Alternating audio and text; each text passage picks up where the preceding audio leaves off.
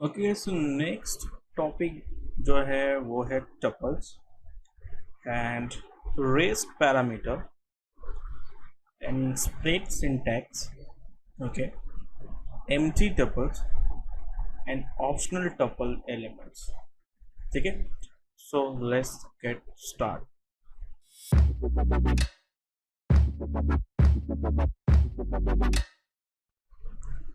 So guys, tuples, it's basically it's looks like array, right? But इसका जो behaviour है, जो डेटा टाइप्स रिप्रेजेंटेशंस होता है, वो टोटली डिफरेंट होता है. सो अगर मैं डेटा टाइप सेफ्टी के हिसाब से बात करूँ तो टपल्स एक बेस्ट चॉइस है, एक बेस्ट ऑप्शन है. कि उसमें कैसा होता है कि हम जो टाइप्स हम डिफाइन करेंगे उसी टाइप का ही डेटा आप क्या कर सकते हो, यूज़ कर सकते हो. Okay, so how we can use this tuples. So first thing first, मैं सबसे पहले विजुअल स्टूडियो कोड पे जाता हूँ और गाइज यहाँ पे मैं सबसे पहले एक फ़ाइल क्रिएट कर लेता हूँ. सो उसको मैं नाम दिया, it's call to demo one dot, so that should be ts. और गाइज यहाँ पे मैं क्या करता हूँ कि यहाँ पे एक वेरिएबल बनाता हूँ this call like product. Okay, इसको थोड़ा और फॉन्ट इंक्रीज कर देता हूँ. So control plus yes. So just use let product. ठीक है, और इसको अभी मैं टाइप दूंगा. आप देखो यहाँ पे जो टपल्स, आप देखो कि टपल्स तो बहुत सारे प्रोग्रामिंग लैंग्वेज में यूज़ होता है, जैसे पाइथन, सी शार्प, जावा, बहुत सारे प्रोग्रामिंग लैंग्वेज में यूज़ होता है. बट हर एक जगह पे टपल्स को रिप्रेजेंट करने का डिफरेंट बिहेवियर है. तो सेम लाइक कि जो टाइप स्क्रिप्ट में भी है, इसका जो टाइप नोटेशन डिफाइन करने का जो बिहेवियर है मैं आपको बताता हूँ. सो क्या करना है आपको, जो भी वेरिएबल है कोलन दे के आपको क्या करना है, एक एरे क्रिएट या एम्प्टी एरे क्रिएट करना, और उस एरे के अंदर आपको टाइप कॉल करना है, जो भी आपको कॉल करना है. So if I just call string common number ही है. ठीक है, तो मैंने क्या किया, स्ट्रिंग कॉमन नंबर कॉल किया, तो अब ये हो गया मेरा टपल. तब ये मैंने टपल का टाइप ऑफ नोटेशन मैंने यहाँ पे कॉल किया. ओके, अब मैं क्या करूँ कि ये जो प्रोडक्ट है, ठीक है, अभी प्रोडक्ट्स लाइक मेरा वेरिएबल हो गया जिसका टाइप क्या है, स्ट्रिंग एंड नंबर. तो आप इस पर अगर हवर करो तो as you can see guys कि इसका जो टाइप है स्क्वायर ब्रैकेट में है. तो जब कभी भी आपको ऐसे स्क्वायर ब्रैकेट में टाइप दिखे, तो जस्ट ट्राई टू अंडरस्टैंड कि ये आपका क्या हो गया, टपल टाइप नोटेशन आपने क्या किया, उसे डिफाइन किया.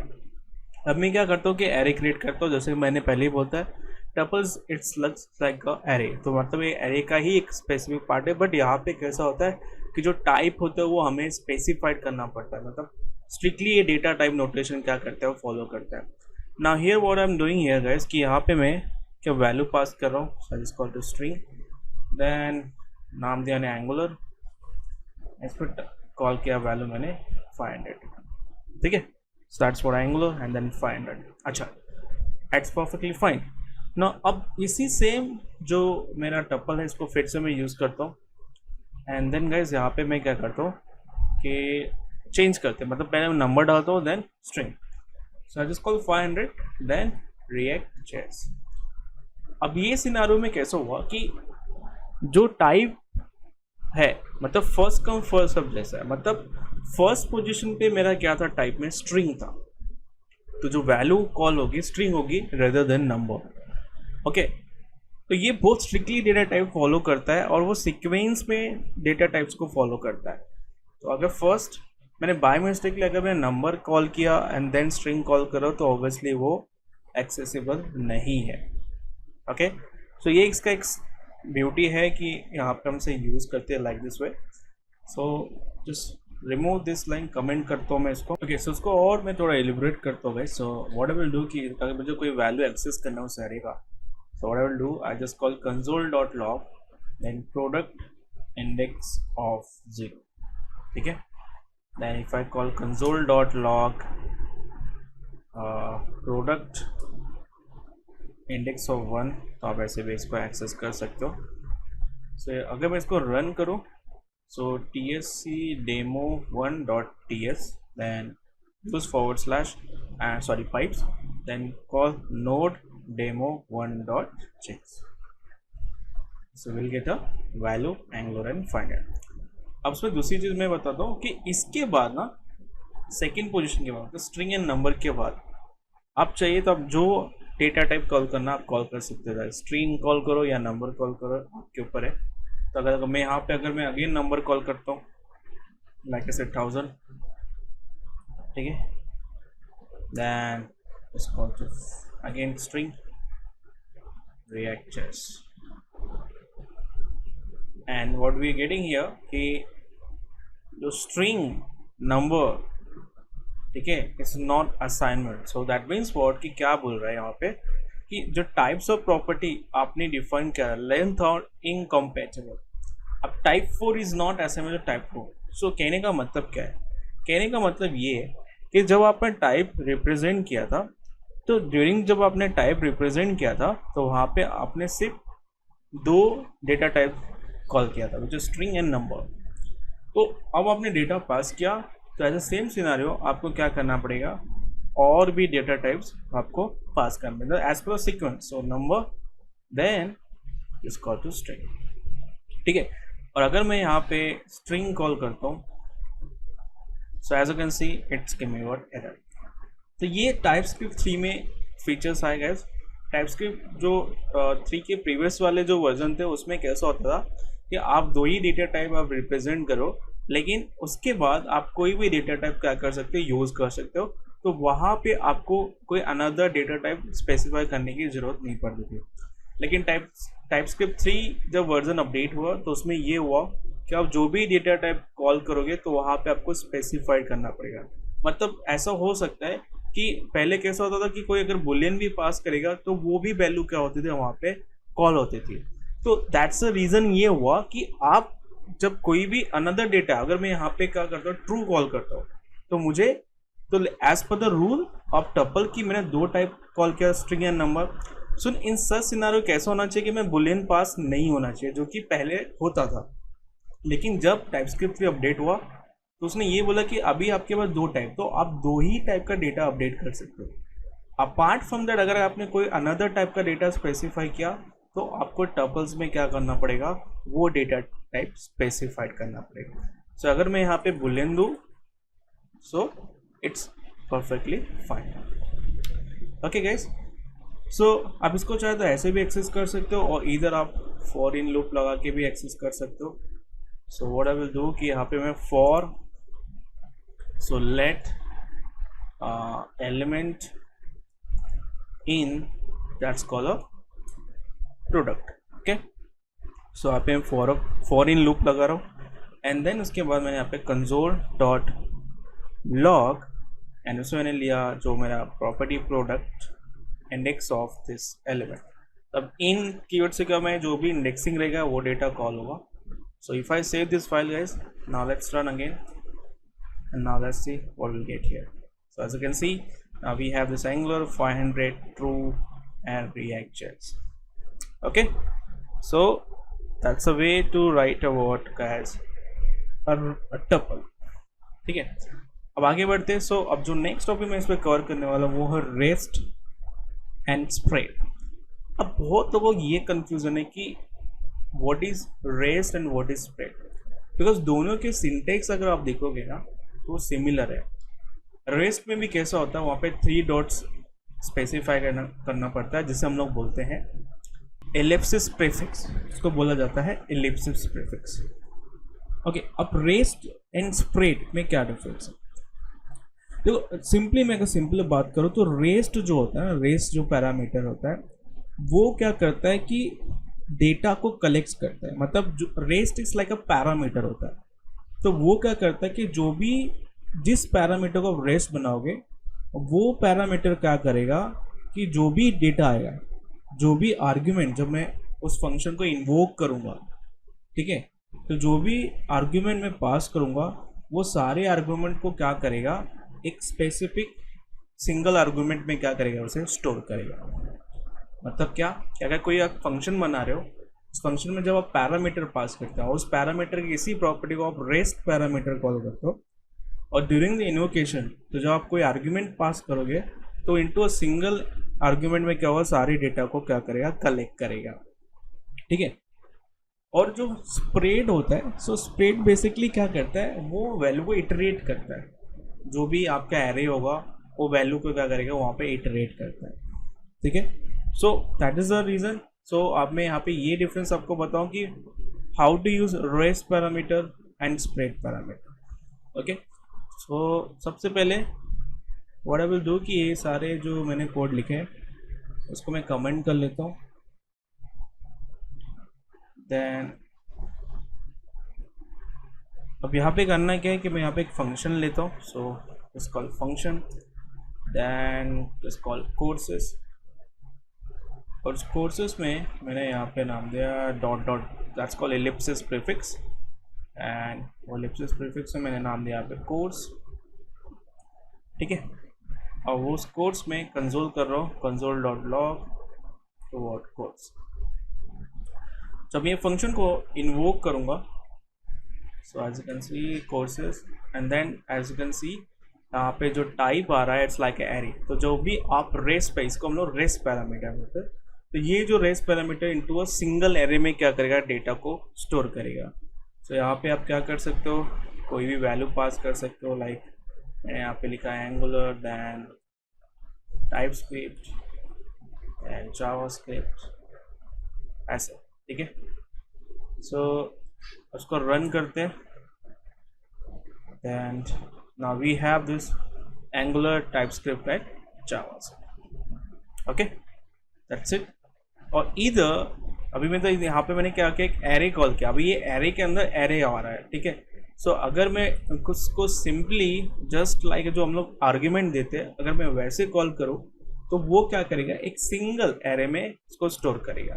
If I run this again and as you can see, मतलब क्या, आप चाहे एरे ऑफ डेटा कॉल करो, वो भी एरे ऑफ डेटा को एक एरे में कॉल करेगा, या सिंगल आर्ग्यूमेंट भी, अगर आप मल्टीपल सिंगल आर्ग्यूमेंट अगर आप पास कर रहे हो तो वो भी डेटा को क्या करेगा, एज एरे कॉल करेगा, ठीक है।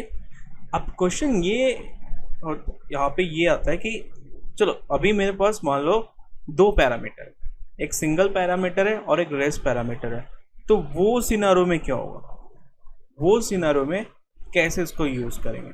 सो वेल, अगर आपके पास कोई सिंगल पैरामीटर है और रेस्ट पैरामीटर दोनों है, तो कैसा होगा कि जैसे कि मैंने क्या किया, यहाँ पे कोई पैरामीटर लिया, मैंने नाम दिया प्राइस, जो टाइप है नंबर, ठीक है। अब यहाँ पे ये हुआ ना कि देखिए, अब जैसे ही मैंने रेस्ट पैरामीटर अगर फर्स्ट है तो वो यहाँ पे एरर देगा, because rest parameter must be last in a parameter list. So keep in mind कि जो रेस्ट पैरामीटर होगा वो हमेशा लास्ट में होगा। The reason is what, because ये क्या करता है कि वो सारे डेटा को कलेक्ट कर लेता है, और जब कलेक्ट करेगा दैट मीन्स वो नेक्स्ट प्रोसीजर को कॉल ही नहीं करेगा, एंड दैट्स द रीजन कि क्या होगा कि अगर आपके पास मोर देन वन पैरामीटर है और उस पैरामीटर में आप रेस्ट पैरामीटर कॉल कर रहे हो, तो जो रेस्ट पैरामीटर का जो सीक्वेंस है वो हमेशा लास्ट में होगा। So you have to remember, और रेस्ट पैरामीटर में आप किसी भी टाइप का डेटा क्या कर सकते हो, स्टोर कर सकते हो, okay. You have to remember this thing, okay. So next thing, अब इसमें क्या करते हैं कि हम लोग थोड़ा स्प्रेड ऑपरेटर को मैं यूज़ करता हूँ। अभी स्प्रेड ऑपरेटर कैसे यूज़ होता है, ठीक है। So this way we just use a rest parameter. अब चलो थोड़ा मैं स्प्रेड ऑपरेटर की बात करता हूँ। So what I will do here guys कि यहाँ पे एक फंक्शन ले लेता हूँ अगेन एंड अगेन, यहाँ पे मैंने कोर्सेस लिया, और उस फंक्शन कोर्सेस में मैं क्या कर रहा हूँ, लाइक ऐसे कोर्स 1, कोर्स 2, कोर्स 3, ठीक है, एंड इसको मैं कंसोल करता हूँ। So console dot log and course 1, course 2 and course 3, okay. So then अब मैं क्या करने वाला हूँ कि यहाँ पे ना एक वेरिएबल ले लेता हूँ, सो कॉन्स्ट, ठीक है, और उसमें मैंने लिया ऑल कोर्सेज, और इट्स लाइक सिंगल एरे, सो उसमें मैंने लिया एक एंगुलर एंड रिएक्ट.js एंड node.js, ठीक है। एंड देन अब ये जो फंक्शन है वो फंक्शन को मैं क्या करता हूँ, इन्वोक करता हूँ. सो कोर्सेस करके मैंने कॉल किया. So as you can see ना इन माई कोर्सेस जो मेरा पैरामीटर है वो फंक्शन पैरामीटर 3 पैरामीटर्स. ठीक है. तो अब मुझे क्या डेटा कॉल करना है, लाइक कोर्स 1, कोर्स 2, कोर्स 3. तो अब मैंने ऑलरेडी मेरे कलेक्शन बनाया. अब ये कलेक्शन का डेटा मुझे क्या करना है, इनको जो एज अ आर्गुमेंट पास करना है. So what I will do, I will just use 3 dots and then just call to all courses. ठीक है. सो जब मैंने all courses कॉल किया, so now we have this error.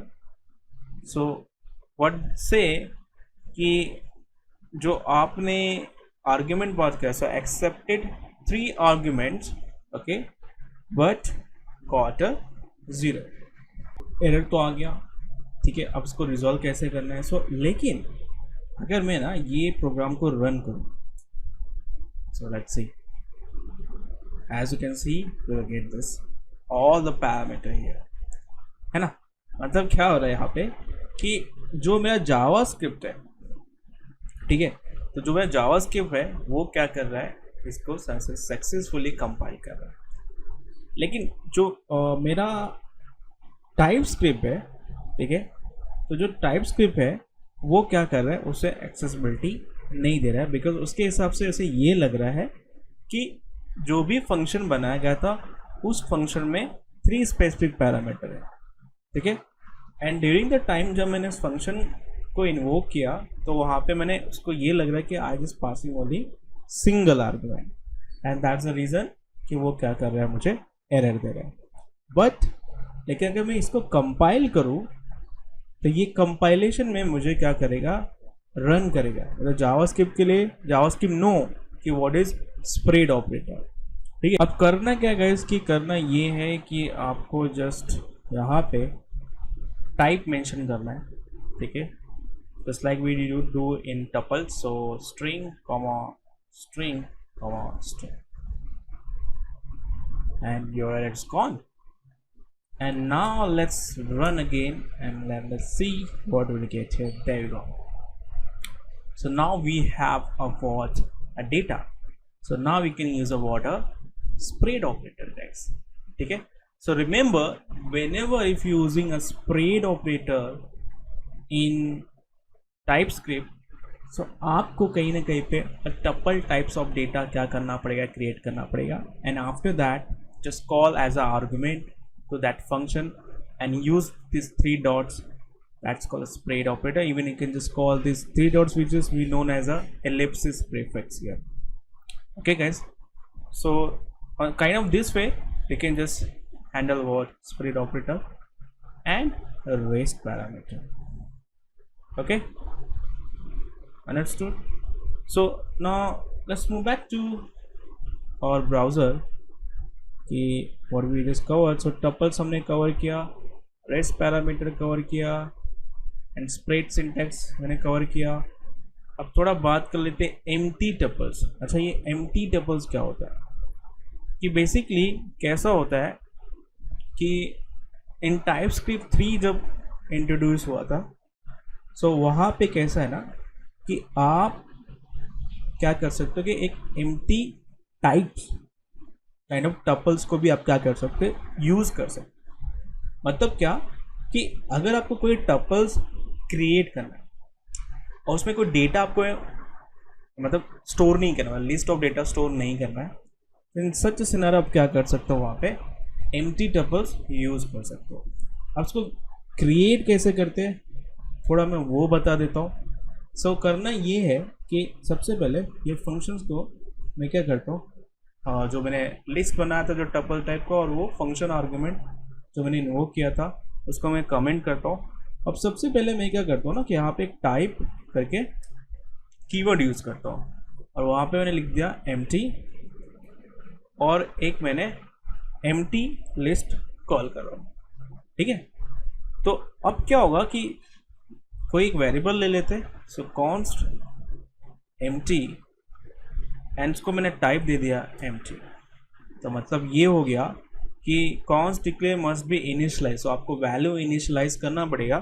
तो वैल्यू मैंने जो इनिशियलाइज किया वो एम्प्टी एरे इंस्टेंस, ठीक है।